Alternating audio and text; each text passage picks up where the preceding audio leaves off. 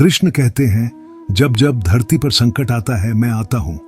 ओशो कहते हैं, अगर ऐसा है तो फिर क्यों हर युग में संकट ही संकट है? क्या कृष्ण ने झूठ कहा? आइए ओशो क्या कहते हैं सुनते हैं। पूछा तुमने? गीता में कृष्ण ने कहा कि जब जब धरती पर संकट आता है, धरती पर कभी ऐसा कोई समय रहा है जब संकट नहीं था? धरती का होना ही संकट में होना है। कब ऐसा समय था जब संकट नहीं था? दुनिया के इतिहास में कोई किताब नहीं जो कहती हो इस समय धरती पर संकट नहीं था। सभी किताबें कहती हैं बड़ा संकट है। हालांकि हर किताब यह भी कहती है कि पहले संकट नहीं था, लेकिन वह पहले कब था? क्योंकि उस समय की किताबें भी तो कहती थीं संकट है। तुम चकित हो जाओगे जानकर, संकट सदा से रहा है। संकट धरती का स्वभाव है। यहां होना ही संकट में होना है। यहां अगर संकट न हो तो तुम धरती छोड़ोगे किस लिए? धरती से मुक्त किस लिए होगे? अगर यहां संकट न हो तो धर्म की कोई जरूरत नहीं रह जाएगी। बीमारी ही न हो तो औषधि की क्या जरूरत? थोड़ा सोचो, धर्म सदा जरूरी है क्योंकि संकट सदा है। आदमी सदा बीमार है। तुम सोचते हो कभी कोई युग था, सतयुग, जब लोग बीमार नहीं थे? कोई युग था, राम राज्य, जब लोग सुखी थे। जरा राम की कहानी देखो। राम के पिता ही बीमार दिखाई पड़ते हैं। एक जवान औरत के प्रेम में बेटे को वनवास दे दिया, अन्याय किया। यह सतयुग था। रावण ही अकेला नहीं था उस युग में, कई रावण थे, उनके साथी थे। स्त्रियां उस समय भी चुराई जाती थीं। झगड़े, युद्ध, हिंसा सब उस समय भी थे। कौन सी हालत बेहतर थी? क्या था जिसके तुम गुणगान करते हो? गौर से देखोगे और ईमानदारी से जांच करोगे तो पाओगे राम राज्य भी राम राज्य नहीं था। राम राज्य इस धरती पर कभी था ही नहीं। आदमी की कल्पना में है, आशा में है, मगर हकीकत में नहीं। कृष्ण के समय को देखो, कौन सा आनंद था तब। भीषण युद्ध हुआ, महाभारत का युद्ध। तुम पीछे लौटकर स्मरण कर सकते हो परशुराम का युग। क्या उस समय दुनिया में शांति रही होगी? परशुराम ने फरसा उठाकर पृथ्वी को अनेक बार क्षत्रियों से खाली कर दिया। विधवा ही विधवा छोड़ दी। बुरे लोग तो बुरे थे ही, भले लोग भी बहुत भले नहीं थे। परशुराम भी आज के नेताओं से ज्यादा भले नहीं मालूम पड़ते। तुम किस युग की बात कर रहे हो? बुद्ध को गालियां दी गईं, पत्थर मारे गए। महावीर को गांव गांव से निकाला गया, उनके कानों में कील ठोक दी गई। क्या ये भले लोग थे? क्या उस समय धरती पर संकट नहीं था? मेरे देखने में पृथ्वी संकट ही है। इसलिए यह सवाल ही फिजूल है कि कब संकट आया। संकट तो सदा से है। और ध्यान रखना, अगर कृष्ण ने कुछ कहा हो तो उनसे ही पूछो, उनसे उत्तर लो। मैं उनके लिए उत्तरदायी नहीं हूं। मैं कौन हूं जो उनके शब्दों का जवाब दूं? कृष्ण को पकड़ो, उन पर अदालत में मुकदमा चलाओ। मैं केवल वही कह रहा हूं जो मैंने देखा है, जो मैं जानता हूं। इसके लिए मैं उत्तरदायी हूं। कृष्ण ने क्या कहा यह कृष्ण जाने। 6000 साल पुरानी चीन की एक किताब मिली है। उसमें भूमिका पढ़ोगे तो चकित रह जाओगे। ऐसा लगेगा जैसे यह आज सुबह के अखबार से निकली हो। वहां लिखा है, बेटे अपने माँ बाप का आदर नहीं करते, शिष्य गुरु का मान नहीं रखते, स्त्रियां पतिव्रता नहीं रहीं, अनाचार फैला है, झूठ बोलना बढ़ गया है, राजा भरोसे के योग्य नहीं रहे। यह 6000 साल पुरानी किताब है, लेकिन आदमी वही का वही है। तुम्हें भ्रांति इसीलिए होती है कि तुम सोचते हो आज का आदमी कार चाहता है। यह सही है कि 6000 साल पहले कार नहीं थी, लेकिन तब आदमी बैलगाड़ी चाहता था, शानदार रथ चाहता था। आज फटगाड़ी चाहता है, कल हवाई जहाज चाहेगा। पर चाह वही की वही है। विषय बदले हैं, चाह नहीं बदली। चाह तब भी थी, चाह आज भी है, और स्वर्ग में भी थी। तुम जिन्हें अप्सराएं कहते हो, उनका वहां होना क्या सिद्ध करता है? आर्षि मुनियों ने स्वर्ग की कल्पना की, लेकिन वहां भी वासना और प्रतिस्पर्धा को नहीं छोड़ सके। और देखो, यहां ही लोग एक दूसरे से प्रतिस्पर्धा नहीं करते, ऐसा मत समझो। तुम पुराणों की कहानियां पढ़ते हो, जब भी कोई आर्षि तपस्या में उतरता, ध्यान में गहराई में जाता, तो इंद्र का सिंहासन डोलने लगता। क्यों? इंद्र बेचैन हो जाता, सिंहासन डोलने लगता कि कहीं यह आर्षि मेरा स्थान न ले ले। और इंद्र करता क्या था? वही जो आज के नेता करते हैं।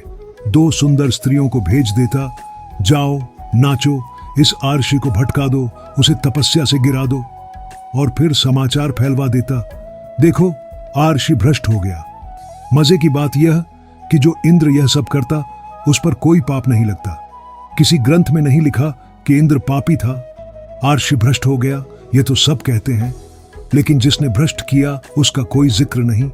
और आर्षि भी ऐसे प्रतीक्षा में जैसे बैठे हों, इंद्र जल्दी भेजो, इतनी देर क्यों कर रहे हो। दो स्त्रियां आती हैं, नाचने लगती हैं और अर्श गिर जाता है। ये वही कहानी है जो आज भी रोज घट रही है। वही स्पर्धा, वही संघर्ष, वही अहंकार, वही हिंसा, सब कुछ वही का वही। तुम जरा पुराने शास्त्रों में दी गई शिक्षाओं को देखो। सब कहते हैं चोरी मत करो, इसका मतलब है कि तब चोरी होती थी। सब कहते हैं झूठ मत बोलो, साफ है कि लोग झूठ बोलते थे। सब कहते हैं हिंसा मत करो, स्पष्ट है कि लोग हिंसक थे। व्यभिचार मत करो, इसका अर्थ है कि व्यभिचार होता था। तो शास्त्र किस लिए कह रहे हैं? क्योंकि लोग वही कर रहे थे। अगर लोग पवित्र होते तो यह शिक्षाएं लिखने की जरूरत ही क्या थी। शास्त्र किसी पागल ने तो नहीं लिखे, वो तो बीमारी की पहचान थे। बीमारी थी तभी तो औषधि दी गई। तुम मंदिर गए, मस्जिद गए, चर्च गए, लेकिन क्या कभी सोचा कि जिस परमात्मा को खोज रहे हो वो कहीं भी नहीं है? या शायद तुम अभी तक गलत जगह खोज रहे हो। ओशो के शब्द परमात्मा कहां है? देखो, यही प्रश्न पूछने में ही भूल हो जाती है। और जब प्रश्न ही गलत हो तो सही उत्तर देना असंभव हो जाता है। तुम पूछते हो परमात्मा कहां है, मैं कहता हूं पूछो परमात्मा कहां नहीं है, क्योंकि केवल वही है। यह ज्यादा सटीक होगा अगर हम कहें जो कुछ भी है उसी का दूसरा नाम है परमात्मा।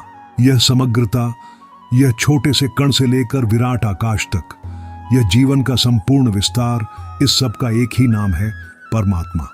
परमात्मा कोई व्यक्ति नहीं है कि तुम उससे पूछ सको तुम कहां हो। वह कोई स्थान नहीं है, न ही कोई पता। सीमित का पता हो सकता है, हम कह सकते हैं पूर्व में है, पश्चिम में है, ऊपर है, नीचे है, लेकिन समग्र का क्या पता? वह हर ओर है, सब ओर। दरअसल परमात्मा शब्द ने ही बड़ी भ्रांति पैदा की है। उस शब्द ने ऐसा भ्रम खड़ा कर दिया जैसे कोई सत्ता है, कोई हाथ पैर वाला, कोई चेहरा, कोई आकार। फिर हमने मूर्तियां गढ़ी, उन्हें सजाया और उन्हीं मूर्तियों के आगे झुक गए, अपनी ही बनाई हुई मूर्तियों को पूजने लगे। लेकिन सुनो, परमात्मा कोई व्यक्ति नहीं है जिसके सामने तुम झुक सको। वह कोई ऐसा नहीं जिसे तुम पुकार सको या निवेदन कर सको। परमात्मा तो बस एक बहाना है। असली बात है झुकना। वह सिर्फ एक डिवाइस है, एक तरीका। इसलिए निमित्त को ज्यादा महत्व मत देना।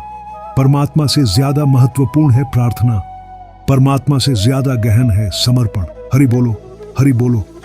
लेकिन याद रखो, हरि कोई बैठा नहीं है सुनने को। ये बस एक साधन है। धीरे धीरे तुम शांत हो जाओगे, और जब हरि भी गिर जाएगा, जब हरि भी छूट जाएगा, तब जो शेष रहेगा वही परमात्मा है। पतंजलि का सूत्र याद करो, परमात्मा केवल एक उपाय है। हाँ, वह बस एक तरीका है, एक डिवाइस, जिससे कुछ लोग सत्य तक पहुंच गए। यह ठीक वैसा है जैसे छोटे बच्चे को हम आ सिखाते हैं। आ का आम से कोई लेना देना नहीं, लेकिन आम का स्वाद बच्चे को पता है। आम कहो तो उसके मुंह में पानी भर आता है। आम के बहाने हम उसे आ सिखा देते हैं। ठीक ऐसे ही परमात्मा के बहाने हम प्रार्थना सिखाते हैं। जिस दिन प्रार्थना आ गई, परमात्मा की कोई जरूरत नहीं रहेगी, प्रार्थना ही पर्याप्त है। लेकिन तुम्हारी आदत है, तुम्हें किसी का सहारा चाहिए। तुमसे कहा जाए प्रेम करो तो पहला सवाल आता है किससे? तुम सिर्फ प्रेम में नहीं उतर सकते, तुम्हें कोई चेहरा चाहिए। मैं कहता हूं ध्यान करो, तुम पूछते हो किसका? ध्यान का अर्थ है निर्विचार होना। लेकिन अगर तुमने राम का ध्यान किया तो राम का विचार आएगा, कृष्ण का ध्यान किया तो कृष्ण का विचार आएगा। और जब तक विचार है तब तक ध्यान नहीं है। फिर भी मैं तुम्हारी तकलीफ समझता हूं। तुम्हारा चित्त हमेशा विचारों से भरा रहा, कभी दुकान के विचार, कभी संसार के, कभी मंदिर के, कभी मोक्ष के। अब अचानक मैं कह दूं निर्विचार हो जाओ तो यह असंभव लगता है। इसलिए तुम्हारे लिए एक कल्पित सहारा जोड़ा जाता है, परमात्मा का ध्यान करो। यह बस एक बहाना है। हरि बोलो, हरि बोलो। लेकिन जान लो, कोई हरि नहीं बैठा जो सुन लेगा। यह सिर्फ तुम्हारी तरंगों को शांत करने का उपाय है। धीरे धीरे जब हरि भी छूट जाएगा, तभी जो शेष है वह प्रकट होगा, और वही परमात्मा है। अब वृक्षों की बात सुनो। क्या तुमने कभी ध्यान से देखा है कि वृक्ष भी गाते हैं? वृक्ष भी जीवित हैं, उनकी अपनी भावनाएं हैं। वे कभी प्रसन्न होते हैं, कभी दुखी, कभी शांत, कभी व्याकुल। लंदन के वैज्ञानिकों ने एक यंत्र बनाया है जो वृक्षों की अंतर तरंगों को संगीत में बदल देता है। वृक्ष गुनगुनाते हैं, उनके गीत सुनो। न भाषा है न शब्द, बस ध्वनियां। इन ध्वनियों से तुम जान सकते हो यह वृक्ष आनंदित है, यह उदास है। महावीर ने इन्हें सुना होगा बिना किसी यंत्र के। वह वर्षों तक जंगलों में मौन खड़े रहे, वृक्षों जैसे। धीरे धीरे वे प्रकृति के साथ इतने एक हो गए कि उनके भीतर वृक्षों के गीत भी गूंजने लगे। और अगर वृक्ष इतने जीवित हैं तो सोचो, पशु, पक्षी, पत्थर, पहाड़, सब में जीवन है। यह संपूर्णता ही परमात्मा है। वह कोई सिंहासन पर बैठा राजा नहीं, वह कण कण में बिखरा है, तुम्हारे बाहर भी, तुम्हारे भीतर भी। नानक की कहानी याद करो। वह काबा गए, रात को लेट गए, पैर काबा की तरफ थे। पुजारी नाराज हुए, तुम पवित्र काबा की तरफ पैर करके कैसे लेट सकते हो? नानक ने मुस्कुराकर कहा, मेरे पैर उस दिशा में कर दो जहां परमात्मा ना हो। पुजारी चुप हो गए। कहानी कहती है उन्होंने नानक के पैर घुमा दिए और काबा भी घूम गया।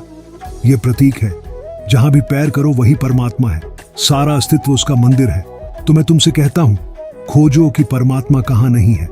मैंने बहुत खोजा, कोई जगह नहीं मिली जहां वह ना हो। तुम्हारे हर श्वास में वही है।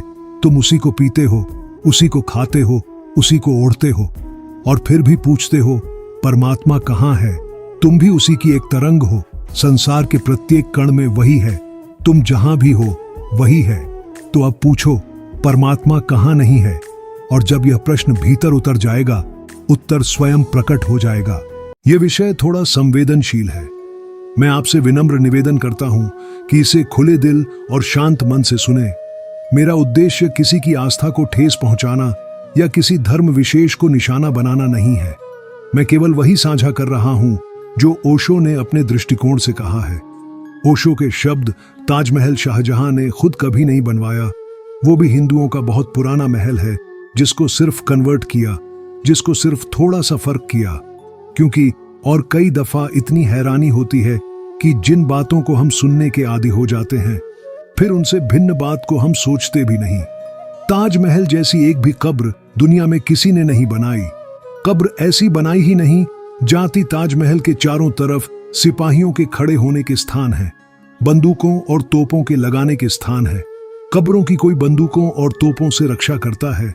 तो यह थी ओशो की दृष्टि। एक ऐसा दृष्टिकोण जो हमें सोचने पर मजबूर करता है कि हमने जो इतिहास सुना है, क्या वह सचमुच उतना ही सीधा है जितना हमें बताया गया? अगर आप भी ऐसे और गहरे विचारों और रहस्यमय बातों को जानना चाहते हैं, तो हमारे चैनल पर मौजूद अन्य ओशो के वीडियो जरूर देखें। यहां आपको जीवन, प्रेम, धर्म और इतिहास पर ओशो की अनोखी और साहसिक दृष्टि मिलेगी।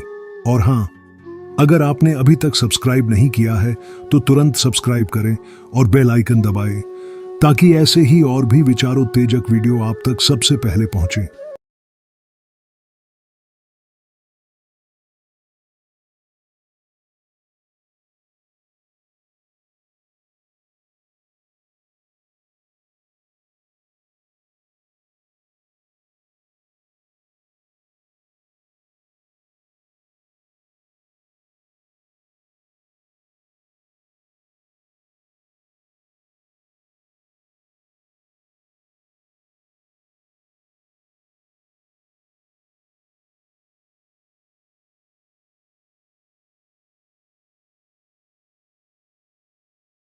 अगर जूते लटकाने से आपकी गाड़ी दुर्घटना से बच सकती है, तो क्यों ना एक जूता अपने गले में भी टांग लें। आखिर आपकी जान आपकी गाड़ी से कहीं ज्यादा कीमती है। अगर उपवास ही करना है तो भोजन का नहीं, विचारों का उपवास करो। भूखा रहने से यदि भगवान खुश होते तो इस धरती पर सबसे सुखी व्यक्ति गरीब होता। लोग कहते हैं ईश्वर न्याय करता है। मैं पूछता हूं, अगर न्याय करता है तो पाप होने ही क्यों देता है? कहते हैं मरने के बाद इंसानों की आत्मा भटकती है, तो फिर जानवरों की आत्मा क्यों नहीं भटकती? जानवरों के लिए तो कोई मृत्यु भोज होता है ना, कोई क्रियाकर्म। काले रंग को अशुभ कहा जाता है, लेकिन इन्हें कौन समझाए कि स्कूल का काला बोर्ड ही तो जीवन में असली रंग भर देता है। मंदिर और मस्जिद पर ताले डाल दो, जीवन में कोई फर्क नहीं पड़ेगा, मगर एक दिन के लिए अस्पताल बंद कर दो, तब समझ में आ जाएगा कि असली ईश्वर कौन है। मेरे लिए तो प्रकृति ही ईश्वर है, विज्ञान ही सत्य है, इंसानियत ही धर्म है और कर्म ही पूजा। मंदिर के बाहर लिखा है अपने सामान की सुरक्षा स्वयं करें, और मंदिर के भीतर लिखा है भगवान की मर्जी के बिना एक पत्ता भी नहीं हिलता। हम भी गंगा को मानने लगे, अगर गंगा पाप धोने की बजाय पापियों को दंड देने लगे। सिर्फ दरवाजे पर शुभ लाभ लिख देने से कुछ नहीं होगा। शुभ विचार रखो, अपने लिए भी और दूसरों के लिए भी, तभी सच्चा लाभ होगा। देवी देवताओं की मूर्तियां घर में रखी हैं, लेकिन भरोसा अब भी ताले पर ही है। बाजार से खरीदी हुई मूर्ति के सामने हाथ जोड़कर धन मांगते हो। अगर मूर्ति धन देती होती तो दुकानदार उसे बेचता ही क्यों? अगर कुछ खोजना है तो जीवन को खोजो, खुश रहने के रास्ते खोजो। मौत तो तुम्हें एक दिन ढूंढ ही लेगी। जब भगवान को प्रसाद चढ़ाते हो और सब में बांटते हो, तो भगवान को चढ़ाया गया धन भी सब में क्यों नहीं बांटते? जो कहते हैं कि सब कुछ पहले से तय है, कुछ भी बदला नहीं जा सकता, वही लोग सड़क पार करते समय दोनों ओर देखकर चलते हैं। कथा सुनाने वाले 10 लाख रुपए फीस लेते हैं और कहते हैं मोह माया छोड़ दो, ईश्वर में लीन हो जाओ, लेकिन उनका ध्यान तो उन 10 लाख पर ही टिका होता है। अवन, यज्ञ, पूजा पाठ करने से न अंग्रेज भागे, न मुगल, न ही गजनी। तो फिर तुम्हारे दुख कैसे भाग सकते हैं? चांद दिखता है इसलिए वैज्ञानिक वहां पहुंचे। अगर स्वर्ग और नर्क दिखते तो वे वहां भी चले जाते। इंसान को मारकर धर्म की रक्षा करने से बेहतर है कि धर्म को मारकर इंसान की रक्षा की जाए, क्योंकि इंसानियत ही सच्चा धर्म है। प्रकृति एक जीवंत मंदिर है, लेकिन अंधा मनुष्य उसे देख नहीं पाता। मैं जब अंधविश्वास के खिलाफ बोलता हूं तो लोग मुझे भगवान के खिलाफ समझ लेते हैं। इसका अर्थ यह हुआ कि उनके लिए अंधविश्वास ही भगवान है। खुश रहना भी एक कला है और यह सीखी जा सकती है। अगर जीवन से कुछ पाना चाहते हो तो उसे अपने भीतर पैदा करो। हर इंसान इस धरती पर कुछ नया करने के लिए जन्मा है, न कि किसी और की नकल करने के लिए। सच्चा प्रेम कभी किसी से कुछ नहीं मांगता, वह तो केवल देना जानता है। दोस्तों नमस्कार। आज हम भारत के महान दार्शनिक, विचारक और आध्यात्मिक गुरु ओशो रजनीश के बताए जीवन जीने की कला के 10 अनमोल नियमों को जानेंगे। ये वे सूत्र हैं जो हमें जीवन को पूरी स्वतंत्रता, आनंद और सहजता के साथ जीने की राह दिखाते हैं। ओशो किसी भी पारंपरिक धर्म या अनुशासन के बंधनों में नहीं बंधे। उन्होंने हमेशा यही कहा कि इंसान को खुद की खोज करनी चाहिए और अपने ही तरीके से जीवन को जीना चाहिए। उनके ये 10 नियम हमें जीवन को एक नई दृष्टि से देखने और उसे पूरे प्रेम व सजगता के साथ जीने की प्रेरणा देते हैं। एक वर्तमान में जियो, यहां और अभी अतीत चला गया, भविष्य अभी आया ही नहीं है। जो है बस यही क्षण है, यही अब। इसे पूरी गहराई से जियो। हमारा मन बार बार अतीत की स्मृतियों में भटकता है या भविष्य की चिंताओं में खो जाता है, लेकिन ओशो कहते हैं जीवन केवल वर्तमान में है। जब तुम पूरी तरह इस क्षण में उपस्थित होते हो, तभी सच्चे आनंद का अनुभव कर सकते हो। 2. संपूर्णता के साथ जियो। जो भी करो पूरी तरह करो, हर कार्य को आधे अधूरे मन से मत करो। ओशो कहते हैं हर काम को पूरी ऊर्जा, पूरी जागरूकता और पूरे प्रेम के साथ करो, चाहे वह प्रेम हो, कार्य हो या दैनिक गतिविधियां। जब तुम उसमें पूरी तरह डूब जाते हो, तभी जीवन अर्थपूर्ण बनता है। 3. कुछ भी मत दबाओ, अपने को व्यक्त करो, अपनी भावनाओं को मत दबाओ, उन्हें सहजता से बहने दो। अक्सर हम समाज के डर से अपनी भावनाओं को भीतर छुपा लेते हैं, जिससे वे अंदर ही अंदर हमें चोट पहुंचाती हैं। ओशो कहते हैं जो भी भावनाएं भीतर हैं उन्हें बाहर आने दो, चाहे वह प्रेम हो, क्रोध हो या दुख। जब भावनाएं बाहर निकलती हैं तब मन हल्का और स्वच्छ हो जाता है। 4. स्वयं से प्रेम करो, खुद को स्वीकार करो। यदि तुम खुद से प्रेम नहीं कर सकते तो किसी और से भी सच्चा प्रेम नहीं कर सकते। ओशो कहते हैं खुद को पूरी तरह स्वीकारना और स्वयं से प्रेम करना ही आत्मज्ञान की पहली सीढ़ी है। जब तुम अपने को अपनाते हो तभी तुम दूसरों से भी प्रेम कर सकते हो। 5. अहंकार छोड़ो। मैं और मेरा से मुक्त हो जाओ। अहंकार तुम्हें बांधता है, विनम्रता तुम्हें मुक्त करती है। ओशो कहते हैं, अहंकार सबसे बड़ा बंधन है। जब तुम अपने मैं को छोड़ देते हो तभी जीवन की असली सुंदरता दिखाई देती है। सच्ची विनम्रता में ही आनंद और स्वतंत्रता है। 6. ध्यान को जीवन का हिस्सा बनाओ। ध्यान केवल बैठने की कोई क्रिया नहीं, बल्कि जीने की कला है। ओशो कहते हैं, ध्यान का अर्थ है हर क्षण सजग रहना। जब तुम पूरी जागरूकता के साथ जीवन जीते हो तब हर कार्य, हर क्षण ध्यान बन जाता है। 7. प्रेम को प्राथमिकता दो। निस्वार्थ प्रेम करो। ओशो कहते हैं, प्रेम कोई व्यापार नहीं है जहां हम कुछ पाने के लिए देते हैं। सच्चा प्रेम वही है जिसमें कोई अपेक्षा नहीं होती। प्रेम वही है जो स्वतंत्रता देता है, बंधन नहीं। 8. स्वाभाविक रहो। जैसे हो वैसे रहो। तुम्हें किसी और की तरह बनने की जरूरत नहीं है। समाज बार बार हमें नकली व्यक्तित्व ओढ़ने को कहता है, लेकिन ओशो कहते हैं, जब तक हम अपने असली स्वरूप को नहीं अपनाते तब तक हम खुश नहीं रह सकते। खुद को वैसे ही स्वीकारो जैसे तुम हो। 9. हर परिस्थिति को स्वीकारो। जीवन जैसा है उसे वैसे ही अपनाओ। ओशो कहते हैं, जिसे तुम बदल नहीं सकते उसे पूरी स्वीकृति के साथ स्वीकार लो। जब हम जीवन के प्रवाह में बहना सीख जाते हैं और विरोध करना छोड़ देते हैं तब जीवन सरल और आनंदमय हो जाता है। मृत्यु से मत डरो। मृत्यु भी जीवन का हिस्सा है। मृत्यु कोई अंत नहीं, यह केवल एक नया आरंभ है। ओशो कहते हैं, मृत्यु का डर व्यर्थ है। मृत्यु केवल शरीर का अंत है, आत्मा सदा बनी रहती है। जब तुम इसे समझ लेते हो तो मृत्यु भी जीवन का एक सुंदर अनुभव बन जाती है। ओशो रजनीश के ये 10 नियम हमें एक ऐसा जीवन जीने की प्रेरणा देते हैं जो मुक्त हो, प्रेम से भरा हो और आनंदमय हो। उनका स्पष्ट संदेश है, जीवन को पूरी तरह जियो, बिना किसी भय और बंधन के। जिस ईश्वर को तुमने गढ़ा है वह मर चुका है, और जिस सत्य को तुमने अनदेखा किया है वह तुम्हारे भीतर तुम्हारा इंतजार कर रहा है। दोस्तों नमस्कार। आज का यह एक अद्भुत और गहन प्रवचन है।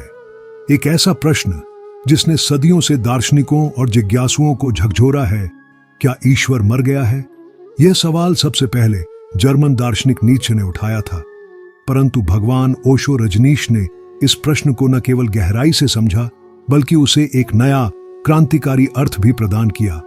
ओशो कहते हैं, जिस ईश्वर को मनुष्य ने गढ़ा वह मर चुका है, और जो शाश्वत है वह कभी जन्म नहीं लेता, इसलिए उसकी मृत्यु भी संभव नहीं। यह प्रवचन उस झूठे ईश्वर की मृत्यु की घोषणा है जिसे मनुष्य ने अपने भय, स्वार्थ और परंपराओं से गढ़ा।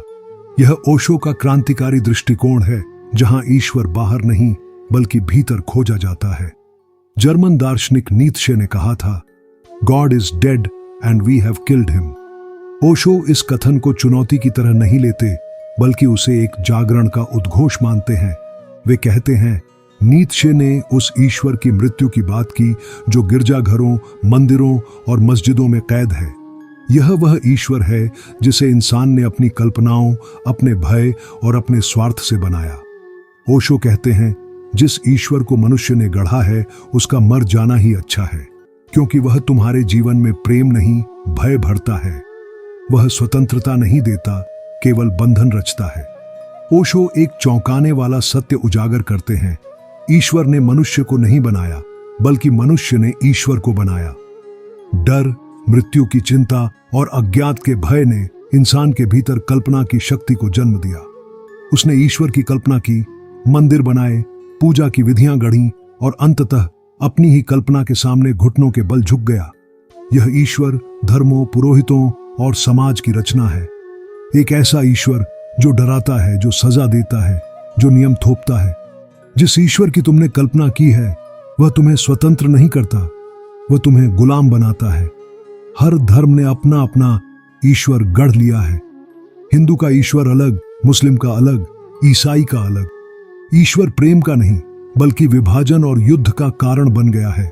ओशो कहते हैं, ऐसे ईश्वर की मृत्यु ही मानवता की मुक्ति है, क्योंकि असत्य के गिरने पर ही सत्य का जन्म संभव है। ओशो कहते हैं, ईश्वर कोई व्यक्ति नहीं है, ईश्वर कोई सत्ता नहीं है, ईश्वर कोई शासक या निर्माता नहीं है। ईश्वर एक उपस्थिति है, एक चेतना, एक मौन संगीत जो इस सृष्टि में हर जगह व्याप्त है। जब एक फूल खिलता है वही ईश्वर है। जब प्रेम का जन्म होता है वही ईश्वर है। जब ध्यान में मन खो जाता है वही ईश्वर है। ईश्वर को आंखों से देखा नहीं जा सकता, कानों से सुना नहीं जा सकता, लेकिन उसे केवल अनुभव किया जा सकता है। ओशो कहते हैं, तुम ईश्वर को बाहर खोजते हो, मंदिरों में, मस्जिदों में, ग्रंथों में, लेकिन वह तुम्हारे भीतर छिपा है। ईश्वर कोई वस्तु नहीं है जिसे पाया जाए, वह एक अवस्था है, एक अनुभव है। जब मन पूर्ण रूप से शांत हो जाता है, जब विचारों का झुंड रुक जाता है, जब तुम न चाहो न मांगो, तब भीतर की शून्यता में तुम ईश्वर का साक्षात्कार कर पाते हो। ओशो बार बार कहते हैं, ध्यान ही प्रार्थना है, ध्यान ही सच्चा धर्म है। ध्यान वह प्रक्रिया है जिसमें तुम अपने भीतर उतरते हो, अहंकार की परतों को एक एक कर हटाते हुए, और अंततः तुम उस मौन केंद्र तक पहुंचते हो जहां केवल शांति है, केवल प्रेम है। वहीं ईश्वर का प्रकट होना होता है। जिस क्षण तुम पूर्ण मौन हो जाते हो, उसी क्षण तुम्हारे भीतर ईश्वर का संगीत गूंजता है। यह ओशो की क्रांतिकारी घोषणा है, ईश्वर को मारो तभी उसे जान सकोगे। इसका अर्थ यह नहीं कि तुम ईश्वर विरोधी बनो। ओशो कहते हैं, उस झूठे ईश्वर को नकार दो जो तुम्हें डराता है, बांधता है, तुम्हारी स्वतंत्रता छीनता है। जब झूठ गिरता है तब सत्य प्रकट होता है। असत्य की मृत्यु ही सत्य का जन्म है। अंतिम संदेश, ओशो का अंतिम संदेश यही है, कोई बाहर ईश्वर नहीं है। जो कुछ भी है वह तुम्हारे भीतर है। बाहर के देवता झूठे हैं, भीतर की उपस्थिति ही सच्ची है। ओशो कहते हैं, धन की समझ केवल उसकी बाहरी भौतिक उपस्थिति तक सीमित नहीं है। असली समझ तो तब होती है जब हम इसे अपनी आंतरिक चेतना, मानसिकता और दृष्टिकोण के साथ जोड़कर देखते हैं। अधिकांश लोग पैसा सिर्फ एक संपत्ति मानते हैं, लेकिन ओशो की दृष्टि में धन एक बहती हुई ऊर्जा है, एक प्रवाह है। यदि हम इसे सही तरह से समझ लें तो न केवल हम आर्थिक रूप से समृद्ध होंगे, बल्कि मानसिक और आत्मिक रूप से भी संतुलित और पूर्ण जीवन जी पाएंगे। लोग अक्सर धन को जीवन का अंतिम लक्ष्य बना लेते हैं, लेकिन ओशो स्पष्ट करते हैं, पैसा केवल एक साधन है, साध्य नहीं। यह जीवन का सर्वोच्च उद्देश्य नहीं है। जब धन जीवन का मुख्य उद्देश्य बन जाता है तो व्यक्ति उसमें इतना उलझ जाता है कि अपने अस्तित्व के मूल उद्देश्यों को ही भूल जाता है। इसके विपरीत यदि धन को साधन के रूप में देखा जाए तो वही जीवन को सहज, संतुलित और आनंदमय बना सकता है। ओशो का यह दृष्टिकोण हमें सिखाता है कि धन कमाना गलत नहीं है। गलत है उसके पीछे भागते भागते अपना मानसिक संतुलन और शांति खो देना। धन का स्वभाव है प्रवाहित होना। यदि आप इसे रोकते हैं, केवल संग्रह करते हैं और दूसरों के साथ साझा नहीं करते, तो यह धीरे धीरे नष्ट हो सकता है। पैसा तभी फलता फूलता है जब वह उचित ढंग से खर्च किया जाए और जरूरतमंदों की भलाई में लगाया जाए। ओशो कहते हैं, पैसा वैसा ही है जैसे नदी का बहता हुआ जल। यदि आप उसे रोकने की कोशिश करेंगे तो वह सड़ने लगेगा, लेकिन जब आप उसे बहने देंगे तो वह जीवन देगा, आपको भी और दूसरों को भी। डर और लालच धन के सबसे बड़े बंधन। ओशो बताते हैं कि व्यक्ति की मानसिकता ही उसके धन के अनुभव को तय करती है।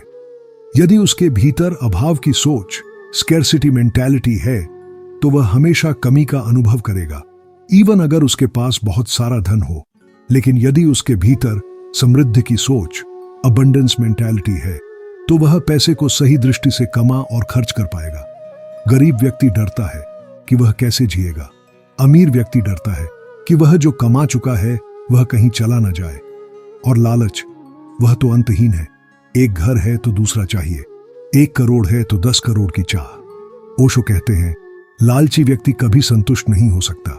वह जितना पाता है उतना ही और पाने की प्यास बढ़ जाती है। वह जीवन भर दौड़ता है और फिर भी खाली रह जाता है। डर और लालच एक दूसरे के पूरक है। डर पैसे को खोने का और लालच उससे भी ज्यादा पाने का। दोनों ही व्यक्ति को बांधते हैं, उसकी स्वतंत्रता छीन लेते हैं। समाधान, धन का ध्यानपूर्ण उपयोग। ओशो का समाधान स्पष्ट है, धन जरूरी है लेकिन यह जीवन नहीं है। यह केवल जीवन को सहज बनाने का साधन है। इसे जीवन का उद्देश्य मत बनाओ। भविष्य की चिंता मत करो, क्योंकि यह डर को जन्म देती है।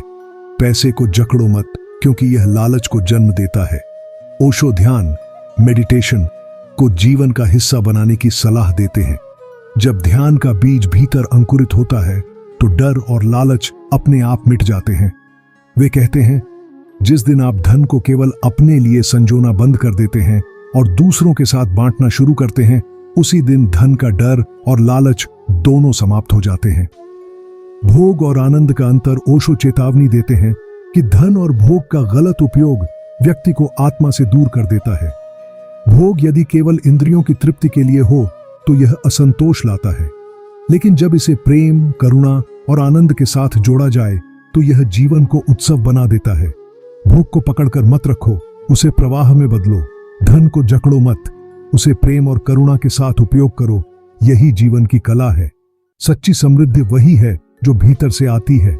बाहरी धन केवल तब तक मूल्यवान है जब तक वह आत्मिक विकास और आंतरिक संतुलन का माध्यम बने। ओशो का अंतिम संदेश, धन और भोग दोषी नहीं है।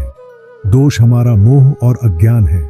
जब हम इन्हें अंतिम लक्ष्य बना लेते हैं तब जीवन में संघर्ष और अशांति जन्म लेती है। लेकिन जब इन्हें केवल साधन की तरह अपनाते हैं तो यही जीवन को सुंदर, आनंदमय और उत्सवपूर्ण बना देते हैं।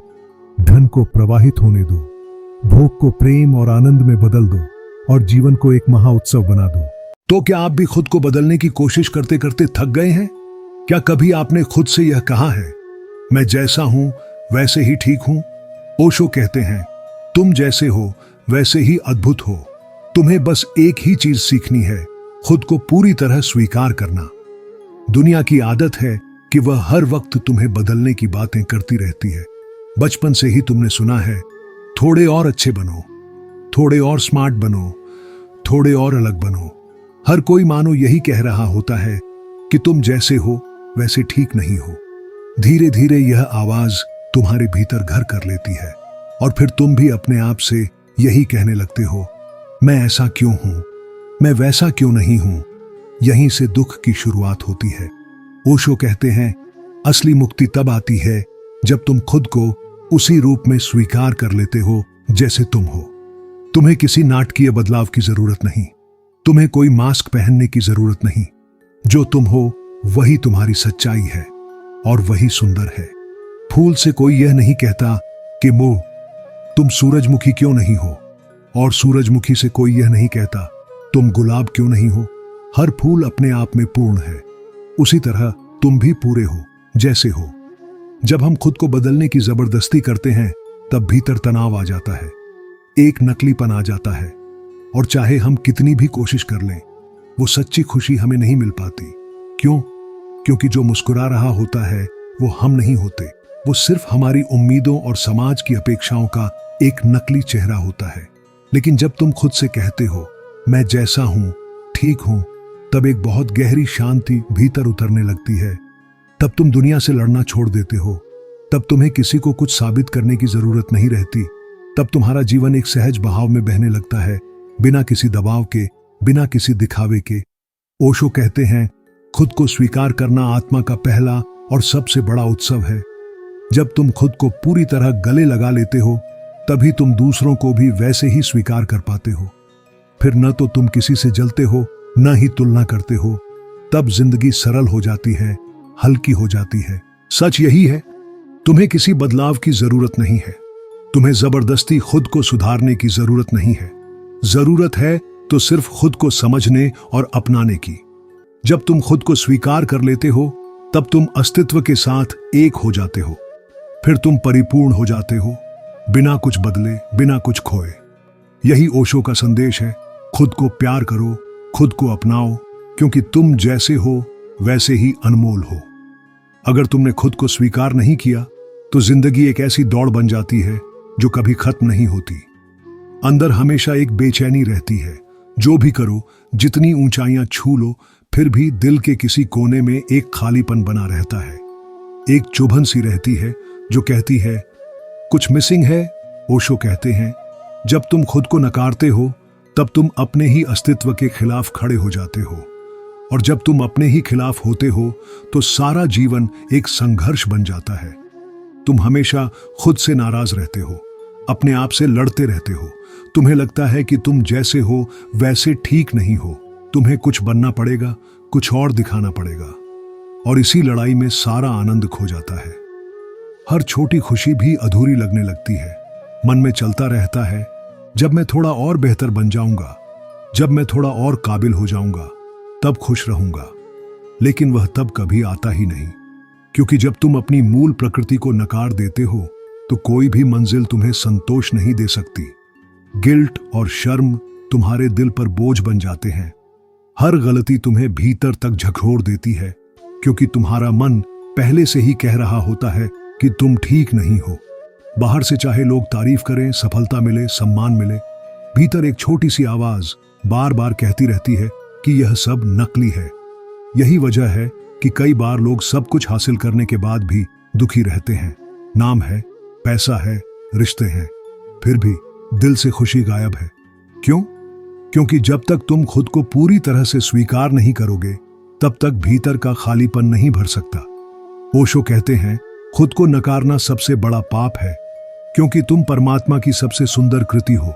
खुद को अपनाना ही पहली पूजा है, पहला प्रेम है। जब तुम खुद को गले लगाते हो जैसे तुम हो, तब सच्चा आनंद जन्म लेता है। तुम जैसे हो वैसे ही पूरे हो। फिर कोई दौड़ने की जरूरत नहीं होती। फिर हर सांस में एक गीत बजता है, हर लम्हा एक उत्सव बन जाता है। अब इसे एक कहानी के जरिए समझते हैं। किसी छोटे शहर में एक लड़का रहता था, नाम था अर्जुन। बचपन से ही वह अपने आप को दूसरों से कमतर समझता था। कभी उसे लगता था कि वह उतना अच्छा नहीं दिखता जितना बाकी लड़के, कभी लगता कि वह उतना बोल नहीं पाता जितना और लोग सहजता से बोल लेते हैं। स्कूल में जब भी ग्रुप बनते, अर्जुन अक्सर खुद को सबसे पीछे खड़ा पाता। लोग हंसते, बातें करते और अर्जुन अपने भीतर सिकुड़ता चला जाता। उसके मन में एक आवाज बार बार कहती थी, तू ठीक नहीं है, तुझे और बेहतर बनना चाहिए, तुझे बदलना चाहिए। यही सोच उसे दिन ब दिन और भी दुखी करती गई। चाहे वह नए कपड़े पहन ले, किताबों में खुद को डुबो दे, खुद को बदलने की कितनी भी कोशिश करे, फिर भी अंदर का खालीपन कभी भरता ही नहीं था। फिर एक दिन लाइब्रेरी में उसे एक किताब मिली, ओशो की किताब, स्वीकार करो स्वयं को। अर्जुन ने पढ़ना शुरू किया। शब्द धीरे धीरे उसके दिल में उतरने लगे। उसे एहसास हुआ कि असली समस्या बाहर नहीं थी, असल जंग तो वह अपने ही भीतर लड़ रहा था। ओशो ने लिखा था, तुम जैसे हो वैसे ही सुंदर हो। खुद को सुधारने की जरूरत नहीं, खुद को जानने की जरूरत है। उस रात अर्जुन ने पहली बार खुद से बिना कोई शिकायत किए दर्पण में देखा। अपने बालों को, अपने चेहरे को, अपनी आंखों को देखा और हल्की सी मुस्कान दे दी। कोई बनावटी मुस्कान नहीं, एक सच्ची छोटी सी मुस्कान जो कहीं बहुत गहरे से आई थी। उसने खुद से कहा, मैं जैसा हूं ठीक हूं। धीरे धीरे अर्जुन ने अपने भीतर एक हल्कापन महसूस करना शुरू किया। अब जब वह लोगों से मिलता तो झिझकता नहीं था। वह खुद को छुपाने की कोशिश नहीं करता था। उसकी बातें सीधी थीं लेकिन सच्ची। उसकी हंसी खुलकर आती थी। और फिर कुछ चमत्कारी हुआ। दुनिया ने भी उसे अलग नजर से देखना शुरू कर दिया। क्यों? क्योंकि अब अर्जुन खुद को प्यार करता था और उसकी ऊर्जा में वही अपनापन छलकने लगा था। कभी जो लड़का दूसरों के बीच खुद को खोया हुआ पाता था, वही अब ऐसा इंसान बन गया था जिसके साथ रहकर लोग अच्छा महसूस करते थे। उसकी जिंदगी बदल गई, न इसलिए कि उसने खुद को किसी और जैसा बना लिया था, बल्कि इसीलिए कि उसने खुद को पूरी तरह स्वीकार कर लिया था। ओशो की बात सच थी। जब तुम खुद पर मुस्कुराते हो तो दुनिया भी तुम्हें मुस्कुराकर जवाब देती है। अगर तुम खुद को प्यार नहीं कर सकते तो फिर दूसरों से कैसे उम्मीद करोगे कि वो तुम्हें प्यार करें? यही तो ओशो हमें सिखाते हैं। जो चीज तुम्हारे भीतर नहीं है वो बाहर से नहीं मिल सकती। अगर तुम अपने ही दिल को छोटा समझते रहोगे, खुद से शिकायत करते रहोगे, खुद को कोसते रहोगे, तो बाहर से चाहे कितनी भी तारीफें मिल जाएं, वो तुम्हारे भीतर टिकेंगी नहीं। वो पानी पर खींची लकीर जैसी होंगी, एक पल आएंगी और अगले ही पल मिट जाएंगी।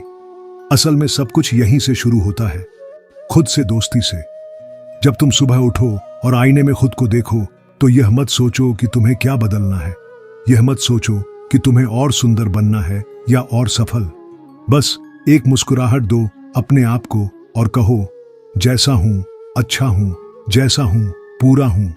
शुरुआत में यह अजीब लगेगा, जैसे कोई झूठ बोल रहे हो खुद से, लेकिन धीरे धीरे यह मुस्कुराहट सच्ची बन जाएगी। धीरे धीरे तुम्हारे भीतर छिपा हुआ प्रेम बाहर आने लगेगा। तुम खुद को वैसे ही अपनाने लगोगे जैसे माँ अपने बच्चे को अपनाती है, बिना किसी शर्त के, बिना किसी बदलाव की उम्मीद के। ओशो कहते हैं, खुद को स्वीकारना यानी जीवन को स्वीकारना, क्योंकि तुम भी इसी अस्तित्व का एक हिस्सा हो। फूल अपने आप से कोई शिकायत नहीं करता कि वह गुलाब क्यों नहीं है। नदी यह नहीं सोचती कि काश मैं पहाड़ होती। वे जैसे हैं वैसे बहते रहते हैं, खिलते रहते हैं। वैसे ही तुम्हें भी खुद को वैसे ही अपनाना है जैसे तुम हो।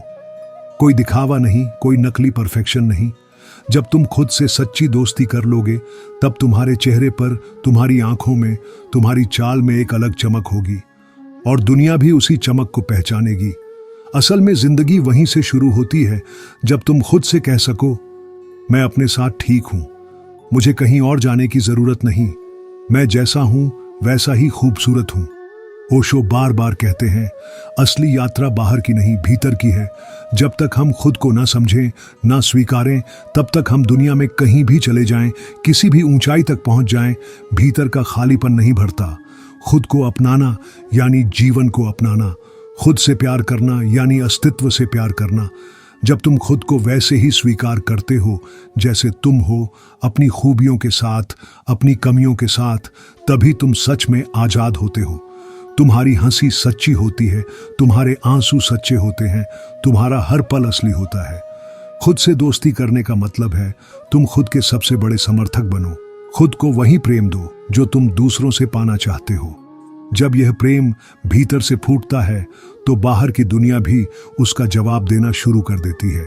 ओशो कहते हैं, जीवन कोई सुधारने की चीज नहीं है, कोई प्रोजेक्ट नहीं है, जीवन एक उत्सव है। जैसे बच्चे बिना किसी वजह के खिलखिलाते हैं, दौड़ते हैं, गिरते हैं और फिर हंसते हुए उठते हैं, वैसे ही हमें भी खुद को अपनाकर हर पल को जीना है। तो असली शुरुआत वहीं से होती है जब तुम खुद को देखकर मुस्कुराते हो, खुद को थामते हो और बिना किसी शर्त के कहते हो, मैं जैसा हूं वैसा ही सुंदर हूं। यही अपनापन धीरे धीरे सारी उलझनों को सुलझा देता है, सारी बेचैनियों को शांत कर देता है और तुम्हें वहां पहुंचा देता है जहां हमेशा से जाना था, अपने असली अस्तित्व में, अपने असली घर। तुम डरते क्यों हो? क्योंकि तुम उसी चीज से लड़ रहे हो जो अभी तक घटी ही नहीं है। ओशो कहते हैं, डर केवल एक कल्पना है और चिंता एक आदत। अगर तुम इस पल में जीना सीख लो तो डर और चिंता दोनों हमेशा के लिए मिट सकते हैं। अगर तुम भी डर और चिंता को गहराई से समझना चाहते हो तो इस वीडियो को अंत तक देखो। और यदि इस वीडियो ने तुम्हारे जीवन में थोड़ी भी रोशनी डाली तो समझ लेना मेरी मेहनत सफल हुई। तो चलो समझते हैं ओशो ने डर और चिंता के बारे में क्या कहा है। ओशो कहते हैं, डर कभी वर्तमान में नहीं होता, वह हमेशा भविष्य को लेकर होता है। अब सोचो, हम डरते किससे हैं? उस चीज से जो अभी घटी ही नहीं है। मान लो तुम्हें इंटरव्यू देना है, इंटरव्यू अभी हुआ नहीं लेकिन तुम्हारा दिल अभी से धड़क रहा है। अगर फेल हो गया तो, अगर सिलेक्शन नहीं हुआ तो लोग क्या कहेंगे? यह डर किससे है? उसी घटना से जो अभी आई ही नहीं। ओशो कहते हैं, डर की जड़ हमारी सोच है, वही सोच जो हम भविष्य के लिए बुन लेते हैं। यही सोच हमें भीतर से खा जाती है। हम बाहर से मुस्कुराते हैं लेकिन अंदर से डरे रहते हैं, चिंता में डूबे रहते हैं। हम हर दिन कुछ न कुछ सोचते रहते हैं, EMI, नौकरी, रिश्ते, बच्चे, नाम, पैसा, और यही बोझ हमें चैन से जीने नहीं देता। ओशो कहते हैं, भविष्य का डर तुम्हारे आज को जला देता है। तो इसका समाधान क्या है? ओशो कहते हैं, जो है उसी में जियो, जो अभी सामने है बस उसमें पूरी तरह रहो। कल क्या होगा वह कल देखा जाएगा।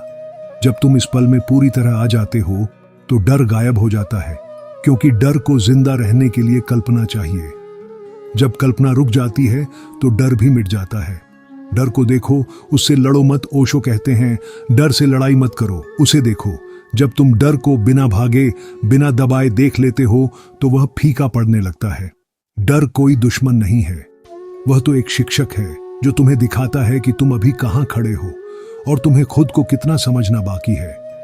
लेकिन हम क्या करते हैं? जैसे ही डर आता है हम उसे ढकने लगते हैं, उससे आंखें चुराने लगते हैं।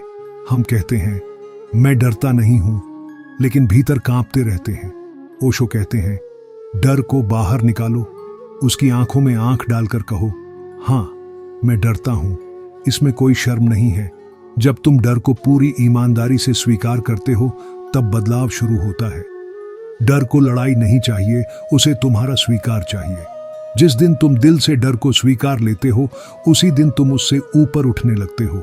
ओशो कहते हैं जो भी तुम पूरी तरह स्वीकार करते हो वह बदल जाता है, और जो दबाते हो वह गहराई में उतरकर तुम्हें धीरे धीरे खोखला करने लगता है।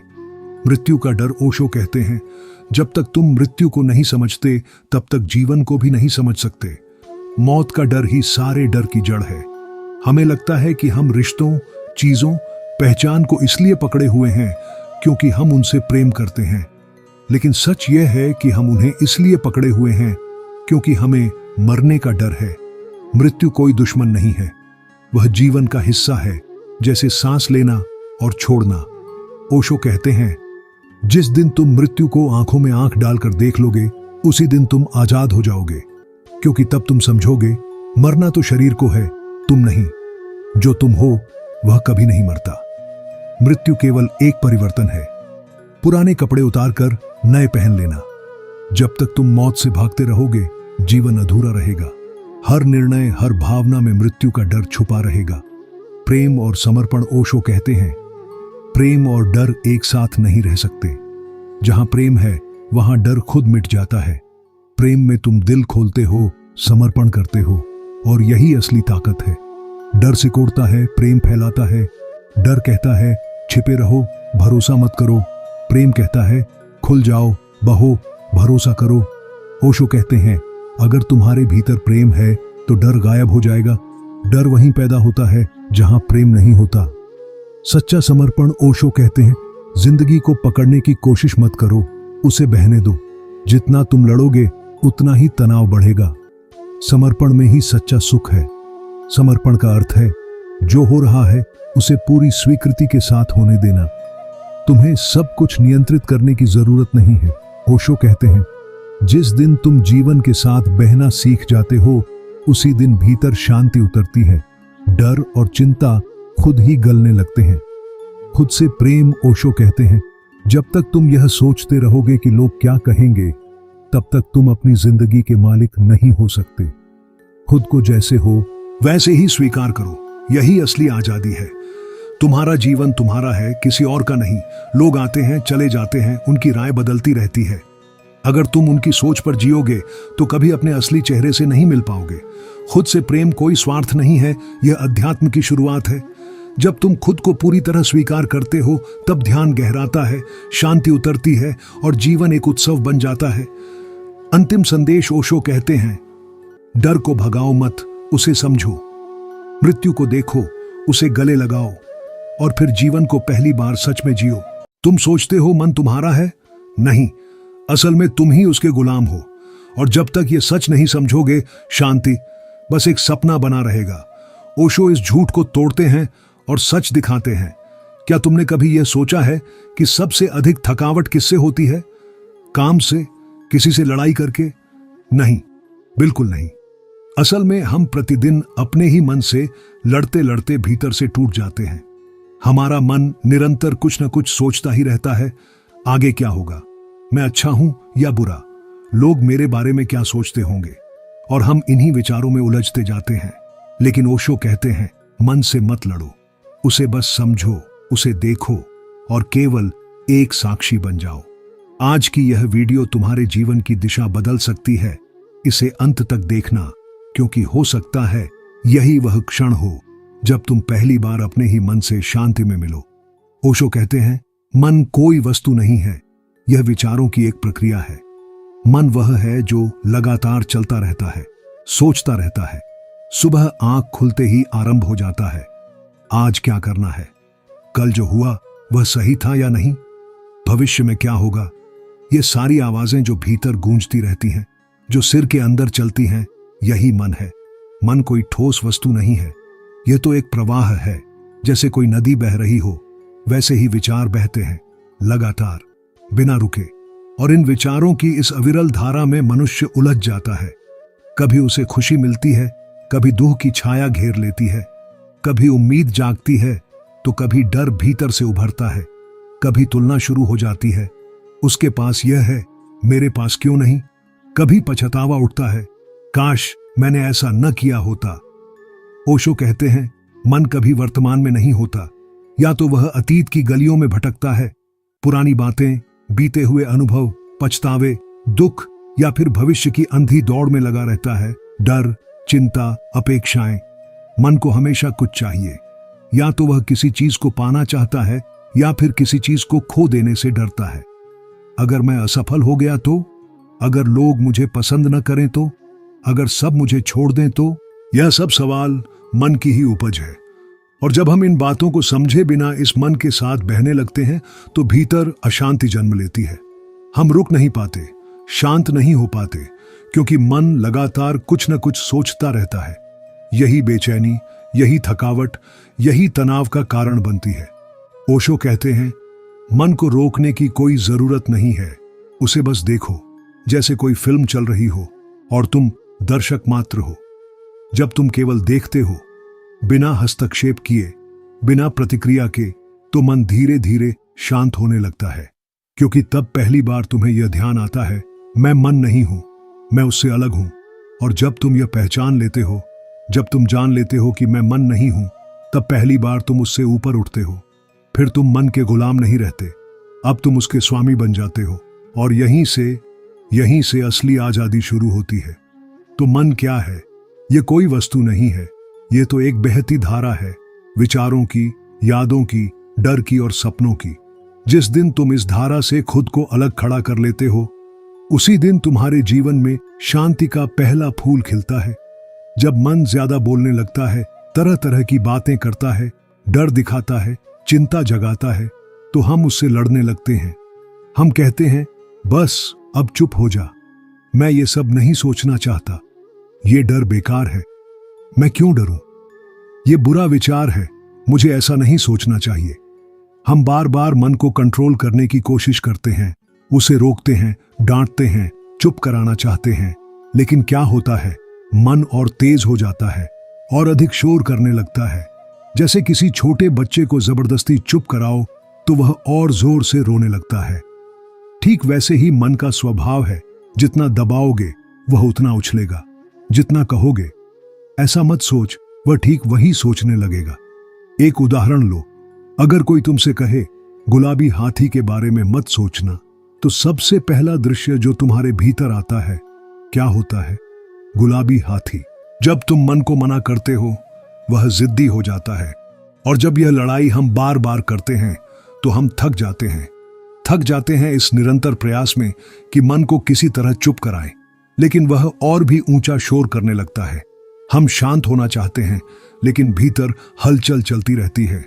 हम सोना चाहते हैं, पर दिमाग लगातार सोचता रहता है। हम खुश रहना चाहते हैं, लेकिन मन पुराने धोखों की कहानी दोहराता रहता है। ओशो कहते हैं, मन से लड़ो मत, उसे चुप कराने की कोशिश मत करो, बस उसे देखो, जैसे कोई बाहर खड़ा होकर बारिश देख रहा हो। ना रोकने की कोई कोशिश, ना भागने का कोई प्रयास, बस साक्षी बनो। क्योंकि जब तुम लड़ना छोड़ते हो, तब मन धीरे धीरे शांत होने लगता है। मन से लड़ाई ही शोर है और स्वीकृति ही शांति। तो अगली बार जब मन बोले, डर की बातें करे, दुख की याद दिलाए, तो बस सुनो, देखो, पर लड़ो मत। धीरे धीरे तुम देखोगे मन की ताकत कम हो रही है और तुम भीतर से हल्के हो रहे हो। शांति बाहर से नहीं आएगी, वह तब आएगी जब तुम मन को देखने की कला सीख जाओगे। ओशो कहते हैं, मन से लड़ना बंद करो, उसे बस देखो। जब तुम मन को केवल देखते हो, बिना कोई प्रतिक्रिया दिए, वहीं से ध्यान की शुरुआत होती है। हमारा मन निरंतर सोचता है। कोई भी व्यक्ति बस चुप बैठ जाए तो वह देखेगा कि मन तो रुकता ही नहीं। वह कहेगा, तेरा काम अभी बाकी है, तू फेल हो जाएगा, लोग क्या सोचेंगे, तुझ में कमी है। ये सारी बातें मन लगातार दोहराता रहता है और धीरे धीरे हम इन्हें सच मानने लगते हैं।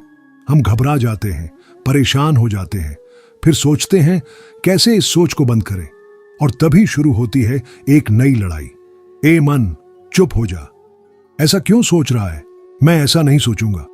लेकिन यह लड़ाई कभी काम नहीं आती। जितना हम लड़ते हैं मन उतना ही अधिक शोर करता है। क्यों? क्योंकि तुम्हारी लड़ाई ही उसकी ताकत बन जाती है। तुम जितना उसे रोकने की कोशिश करते हो वह उतना तेज भागने लगता है। ओशो कहते हैं, मन से मत लड़ो, उसे देखो जैसे कोई बच्चा जिद कर रहा हो। अगर तुम शांत रहो और केवल उसे देखो तो वह खुद ही चुप हो जाएगा। मन को भी ऐसे ही देखो, वह कुछ भी कहे तुम बस दर्शक बनो, ना हाँ ना ना, केवल देखो। जब तुम केवल देखना शुरू करते हो तो एक दिन ऐसा आता है जब मन खुद ही शांत होने लगता है, क्योंकि उसे समझ आ जाता है अब उसकी बातों का कोई असर नहीं हो रहा। तुम अब उसमें उलझ नहीं रहे। और जब मन शांत होता है तब भीतर गहराई से शांति जन्म लेती है। एक ऐसी शांति जो बाहर की दुनिया से नहीं आती, ना पैसे से, ना रिश्तों से, ना किसी उपलब्धि से, बल्कि तुम्हारे भीतर से, तुम्हारे होश से। यही है ओशो का ध्यान का रास्ता। ना कोई जबरदस्ती, ना कोई दबाव, सिर्फ देखना, सिर्फ साक्षी होना। जब तुम देखने की कला सीख लेते हो तब मन से तुम्हारा रिश्ता बदल जाता है। अब मन तुम्हारा मालिक नहीं रहता, बल्कि वह एक साधन बन जाता है जिसका उपयोग तुम अपनी जरूरत के अनुसार करते हो। यही है आजादी, यही है ध्यान, और यही है ओशो का सारा संदेश। जो देख रहा है वही सत्य है, बाकी सब मन, विचार, भावनाएं आते हैं और चले जाते हैं। लेकिन जो देखता है वह कभी नहीं बदलता। वही है तुम्हारा असली स्वरूप। तो अगर शांति चाहिए, अगर आजादी चाहिए, तो मन से लड़ना बंद करो, उसे प्रेम से देखो। जब तुम लड़ना बंद करते हो तो भीतर एक नई शुरुआत होती है। अब तक तुम अपने ही मन से लड़ते रहे। डर आया तो कहा मैं डरना नहीं चाहता, गुस्सा आया तो उसे दबा दिया, चिंता आई तो खुद को समझाने लगे सब ठीक है, चिंता मत कर। लेकिन यह सब करके भी कुछ नहीं बदला। क्यों? क्योंकि तुम हर बार मन को एक दुश्मन की तरह देख रहे थे, जैसे वह कोई गलत चीज है जिससे छुटकारा पाना जरूरी है। और जब तुम किसी चीज को गलत मान लेते हो, उससे नफरत करने लगते हो। और याद रखना, नफरत कभी शांति नहीं लाती। ओशो कहते हैं, मन को मारो मत, उसे समझो। वह तुम्हारा हिस्सा है, लेकिन तुम्हारा मालिक नहीं है। जब तुम लड़ना छोड़ते हो, जब तुम डर को आते हुए बस देखते हो, ना उसे दबाते हो ना उससे भागते हो, तब डर की पकड़ खुद ब खुद ढीली होने लगती है। तुम पाओगे कि जो डर तुम्हें सालों से परेशान कर रहा था अब उतना भारी नहीं लग रहा। क्यों? क्योंकि अब तुम उससे लड़ नहीं रहे, तुम उसे गले लगा रहे हो एक समझदारी के साथ। गुस्सा आता है तो अब तुम उसे जज नहीं करते, तुम उसे पहचानते हो। अच्छा, अभी मुझ में गुस्सा आ रहा है, बस इतना देख लेना ही काफी होता है। गुस्सा आएगा और चला जाएगा। चिंता जो दिन रात तुम्हारे मन में घूमती रहती थी, अब वह धीरे धीरे हल्की पड़ने लगती है। क्यों? क्योंकि तुमने उसे सुनना शुरू कर दिया है, बिना डरे, बिना भागे। यह सब तब होता है जब तुम पहली बार अपने भीतर से लड़ना बंद करते हो। अब तुम खुद के दोस्त बन जाते हो, अपने मन के भी, अपने भावनाओं के भी। और यही दोस्ती, यही साक्षी भाव तुम्हें भीतर की शांति की ओर ले जाता है। ओशो कहते हैं, जो तुमसे भीतर घटता है उसका विरोध मत करो, देखो, समझो, स्वीकार करो। यही ध्यान है, यही मुक्ति है। तो अगली बार जब कोई भाव उठे, डर, गुस्सा, जलन, चिंता, बस रुक जाना, एक गहरी सांस लेना और देखना कि वो क्या है, कहां से आ रहा है। तुम देखोगे कि मन का तूफान धीरे धीरे शांत हो रहा है और उस शांति में तुम पहली बार खुद से मिलते हो। हम अक्सर सोचते हैं कि अगर मन को शांत करना है तो पहले उसे रोकना पड़ेगा। कोई सोच आए तो उसे दबाओ, कोई डर, कोई चिंता उठे तो भाग जाओ या फिर उससे इनकार करो। लेकिन सच ये है कि जैसे जैसे तुम मन से लड़ते हो वो और तेज हो जाता है। वही बातें जिन्हें तुम रोकना चाहते हो, मन उन्हीं को और ज्यादा दोहराने लगता है। जैसे किसी से कहो गुलाबी हाथी मत सोचो, तो सबसे पहले क्या सोचता है मन? गुलाबी हाथी। ओशो कहते हैं, मन को चुप करवाने की कोशिश उसे और शोरगुल वाला बना देती है, क्योंकि जब तुम मन को रोकते हो तो तुम उसी पर ध्यान दे रहे होते हो, और जिस पर ध्यान जाता है वह चीज और मजबूत हो जाती है। तो फिर सच्चा तरीका क्या है? एक ही उपाय, बस देखो। जो भी मन में चल रहा है उसे टीवी की तरह देखो, जैसे कोई फिल्म चल रही हो। तुम दर्शक हो, अभिनेता नहीं। कोई विचार आया, मैं बहुत कमजोर हूं, उसे मत रोको, मत बदलो, बस देखो, अच्छा अब यह विचार आया है। दो, बिना प्रतिक्रिया के रहो, ना पसंद करो ना नापसंद। कोई डर आया, उसे मत कहो तू गलत है। कोई कामना उठी, उसे मत कहो मैं तुझसे ऊपर हूं। बस साक्षी बनो, एक गवाह की तरह। 3, खुद को उससे अलग देखो। तुम मन नहीं हो, विचार आएंगे जाएंगे, लेकिन तुम वही हो, शांत, अडोल। जैसे आसमान पर बादल आते जाते हैं, लेकिन आसमान कभी नहीं बदलता। धीरे धीरे यह देखने की आदत तुम्हारे अंदर एक दूरी पैदा करेगी।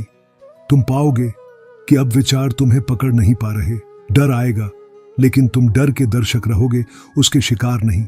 गुस्सा आएगा, लेकिन वह तुमसे टकरा कर लौट जाएगा, क्योंकि अब तुम उसे ऊर्जा नहीं दे रहे। यही सच्चा तरीका है, ना लड़ना ना भागना, बस देखना। और धीरे धीरे मन शांत होने लगता है, ना जबरदस्ती से बल्कि समझ से। ओशो के शब्दों में, जब तुम सिर्फ देखने लगते हो तो मन की सत्ता टूट जाती है। देखना ही ध्यान है और ध्यान ही मुक्ति है। ओशो कहते हैं, ध्यान कोई भारी चीज नहीं है, यह तो रोजमर्रा की एक सरल क्रिया बन सकती है। जब भी मन में कोई डर, चिंता या उलझन आए तो भागो मत, दबाओ मत, बस एक छोटा सा प्रयोग करो। प्रयोग कैसे करें? बस 2 मिनट चुप बैठो, कोई कोशिश मत करो कुछ बदलने की, कोई लक्ष्य मत रखो कि अब शांत होना है। सिर्फ बैठो, जैसे तुम किसी फिल्म को देखने बैठे हो। आंखें बंद करो, बाहरी दुनिया से ध्यान हटाओ। भीतर जो चल रहा है, डर, विचार, बेचैनी, सबको आने दो। देखो मन क्या सोच रहा है। विचारों के बीच मत कूदो, ना यह सही कहो ना यह गलत। जो भी आए, मुझे डर लग रहा है, अगर मैं फेल हो गया कोई मुझे जज करेगा। बस देखो और समझो कि यह मन है, तुम नहीं। शुरुआत में विचार थोड़े तेज होंगे, बेचैनी महसूस होगी, लेकिन कुछ ही पल बाद तुम अनुभव करोगे कि तुम्हारा ध्यान सोचने में नहीं, देखने में चला गया है। मन बोल रहा है और तुम देख रहे हो। यही है अंतर ध्यान की शुरुआत का। यही 2 मिनट धीरे धीरे एक भीतर की यात्रा बन जाते हैं। ओशो कहते हैं, ध्यान का मतलब है भीतर जाकर देखना कि सब कुछ बदल रहा है, लेकिन एक केंद्र ऐसा है जो साक्षी है, अडोल है, शांत है, वही तुम हो। इस छोटे प्रयोग को दिन में 2 से 3 बार करो।